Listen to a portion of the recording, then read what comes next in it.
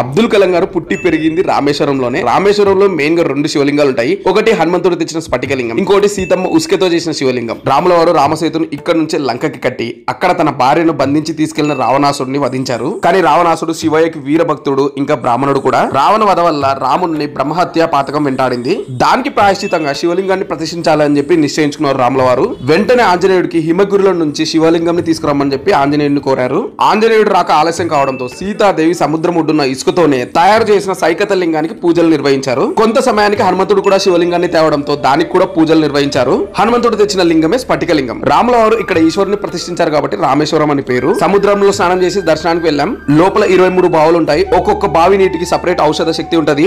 రాముడి పరివారం ఈశ్వరుని తలుచుకుంటూ తవ్విన బావులు చాలా పవిత్రంగా భావిస్తారు. ఈ బావుల నీటిని జనరల్ టికెట్ తీసుకుని వెళ్తే ఫార్మాలిటీకి చాలా తక్కువ వాటర్ చల్లుతారు. సో అక్కడే సపరేట్ గా జనాలు ఉంటారు. ఒక్కో బకెట్ పర్ పర్సన్ వేయడానికి. మేము 5 పర్సన్స్ కి with entry ticket and separate bucket water కోసం 800 ఇచ్చాం. ఇంకా ఎక్కువ కూడా అడుగుతారు. ఒక్కో బావి వాటర్ డిఫరెంట్ టేస్ట్ ఉంటాయి. వీటితో పాటు శివయ్య దర్శనం కూడా బ్రహ్మాండంగా అయింది. వెళ్ళేటప్పుడు బయట శంఖం ఊదడానికి ట్రై చేశా.